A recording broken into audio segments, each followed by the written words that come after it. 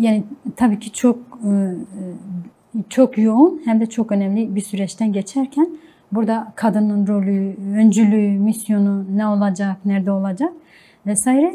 Tabii bunun öncesini de düşünmek lazım. Çünkü tarih boyunca kadınlar hep böyle süreçlerde öncülük etti, rolünü oynadı. Gerçekten devrim süreçlerine de baktığımızda kendi rolünü, öncülüğünü oynayan hep kadınlardı ve devrimini gerçekleştiren ülkelere baktığımızda da yine bunu gerçekleştiren kadınlardı.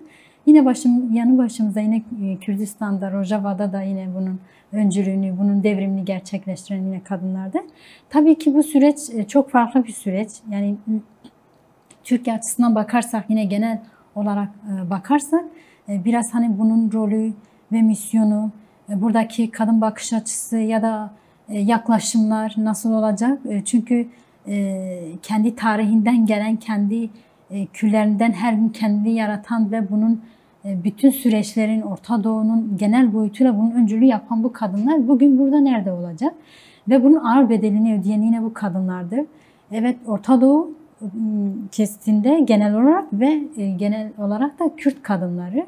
Kürt kadınları mücadele ederken sadece kendi kimliği üzerinden değil, sadece bir toplumun ya da bir halkın değil, genel halklar açısından Orta Doğu mesela dediğimiz, işte bugün Türkiye'de mesela yine çok kimlikli, bizde hareket eden kadın hareketleri var, platformlar var, değişik cepheden var. Belki sürecin başlamasıyla beraber bu süreçte oluşan platformlar var. Yine barışa ihtiyacım var, platformlar oluştu. Bunlar böyle genel itibariyle böyle beraber bir hareket etme, bu sürece öncülük etme, rol alma, söz söyleme, söz kurma görevini aldılar. Aslında 27 Şubat'la beraber bütün kadınlar, yani bugün sahada olup koşturan ve bunun görevini yapan kadınlardan tutalım ta mahalleye mahalledeki kadına kadar böyle bir sahiplenme, bir aidiyet hissetme durumu var.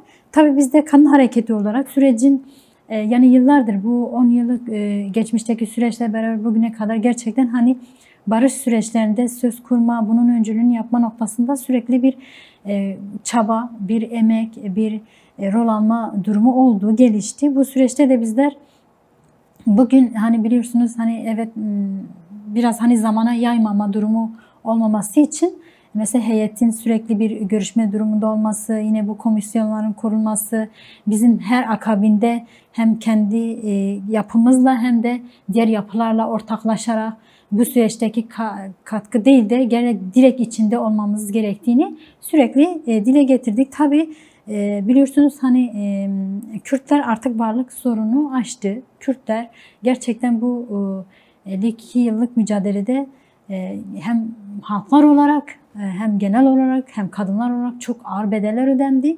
Bu inkar imha politikasının gerçekten çok ağır tahribatın karşısında yüz yüze kaldı yani. Yani belki bunun en ağır bedelini kadınlar öderdi. Yani bu savaş şeyinin en ağır bedelini kadınlar ve çocuklar ödedi ve sen kendi yaşadığın coğrafyada bunun en derinlikli bir şekilde yeri geldiğinde bir özel savaş politikasıyla bunu yaşadın. Halen de var, halen de yaşanıyor. Yeri geldiğinde tabii bunu dil kırımıydı, kültür kırımıydı, kimlik kırımıydı. Şimdi bizler bunların tam da ortasında kendi coğrafyanda, kendi doğanla bu toplumsallık sorun mesele doğal sorun meselesi. Şimdi bunlar aşılmadığı müddetçe yani 10 bin defa barış ilanı edilsin ya da bunlar dile gelmediğinde ya da bunlar yaşanlaşmadığında burada hani ne demokrasiden bahsedebiliriz ne de orada kadının var olduğundan bahsedebiliriz.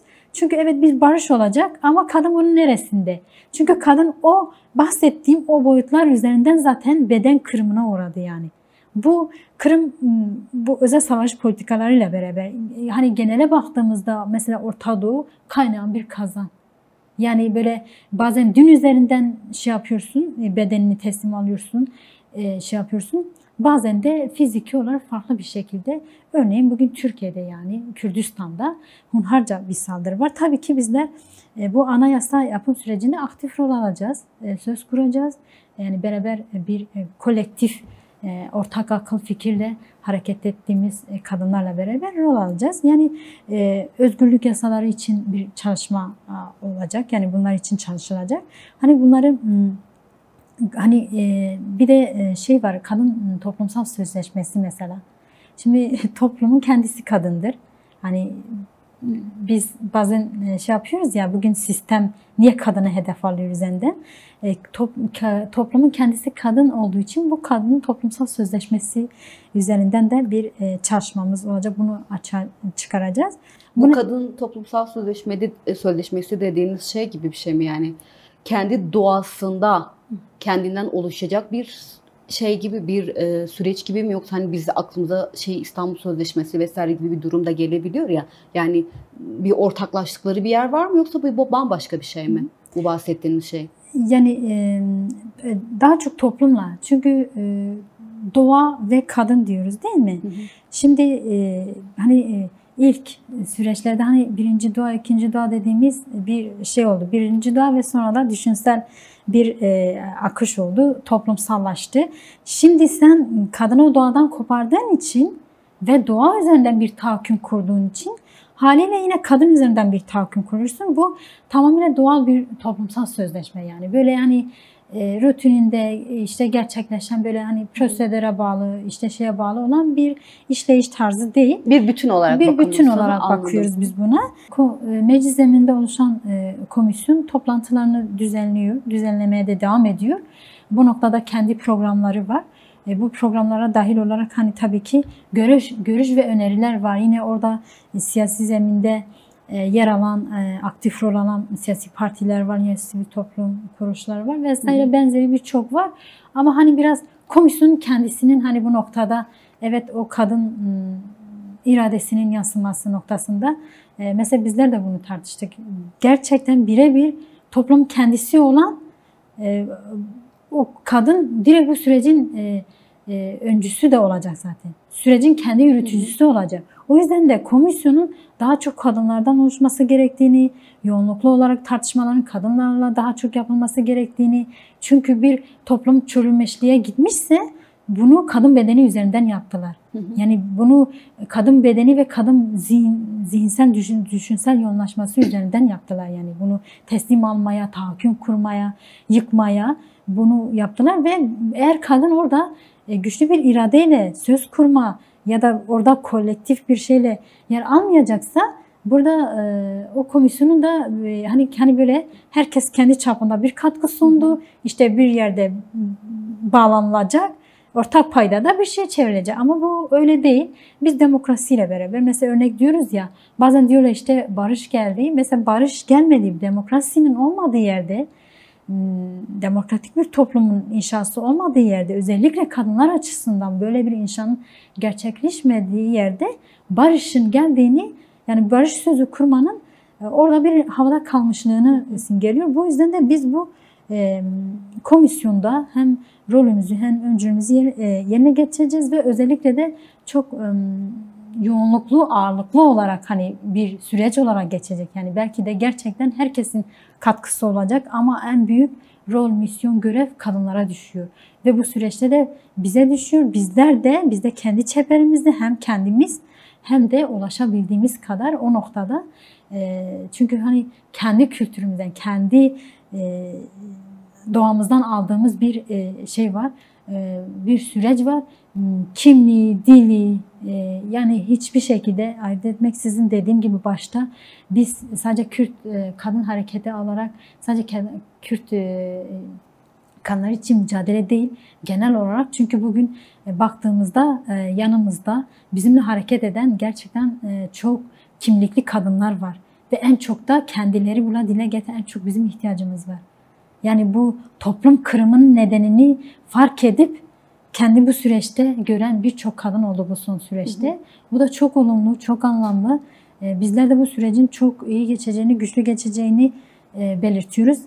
Ben TEC olarak da son bir şey de söylemek istiyorum.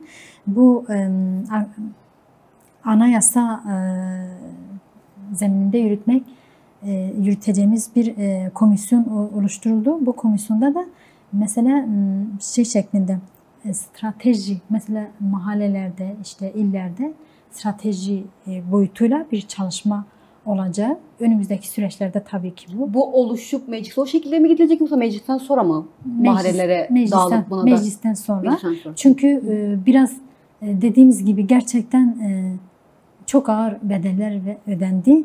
Şimdi barış süreçlerinde yani savaş süreçleri vardır, barış süreçleri vardır. Evet sen ağır bir travma geçirmişsin toplum olarak, kadınlar olarak, çocuklar olarak çok ağır bedel ödemişsin. Şimdi bunları bu şekilde mesela bizim stratejilerimiz mesela o illerde bunu hayata geçirmektir yani. Bu da kademe kademe nasıl bir süreç başladıysa böyle aşamalı gidiyorsa işte komisyon oluşacak da oluştu. Bununla beraber o ortak akıl payda da bu çalışmalarımız olacak. Aslında hani bazen kadın sorunu diyor ya hani işte kadın sorunu var. Aslında kadın sorunu değil bir toplumsal bir sorundur. Yani toplumsal bir sorundur ama toplum nezdinde ta bireye kadar indirgenmiş yani meşrulaştırılmış bir durum var. İşte bunu kabullenen yönde işte mesela entegrasyon meselesi vardı. O noktada hani diyoruz ya işte nasıl olacak vesaire. İşte tam da bu noktada bu da çok önemli yani. Şimdi böyle bir süreçte tam da mesela barış sürecinde ve barış konuşulurken kadın söz kurarken, söylem kurarken kadın katliamları daha da çok arttı yani. Özellikle Kürdistan'da yani. Şimdi toplumun kendisi olan burada gerçekten hani görevini yapacak olan kadın niye nereden nasıl ele alınıp yani tahakküm altına alınacak?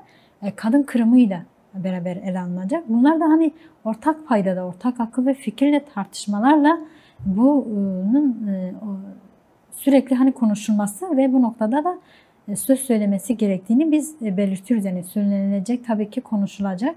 Ama şöyle toplumun kendisi gerçekten hani sistemler bir toplumu tahakküm altına almak istiyorsa önce çürütür yani. Şimdi çürümüş bir toplum yani zihinsel olarak çürütülmüş.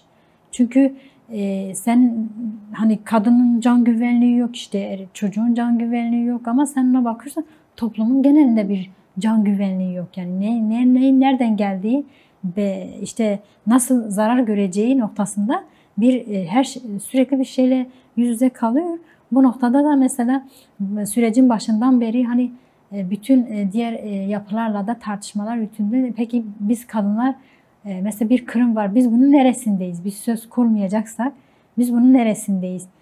Hep mesajları vardı, hep dile getiren fikirleri falan vardı. Doğrudur yani. Şimdi kadın bir yandan hem barışı konuşuyoruz ama yani dakikalar içerisinde 2 kadın katledildi, 3 kadın katledildi. Şimdi bu böyle çözülmez yani. Bu çözülemez. Önce bir toplumun kendisinin gerçekten o noktada sistemin kendisinin önce o noktada bir şeyler yapması. Yani Şilen bahsetti yani bu anayasal zeminde mesela hep İHAL indirimiyle kadın katilleri hep çıkarılmadı mı? Gerçekten çıkarma. Mesela o pandemi sürecinde niye? Düşünce özgürlüğü yaşayan müebbet alırken içerideyken ama kadın katilleri, çocuk istismarcıları bırakıldı.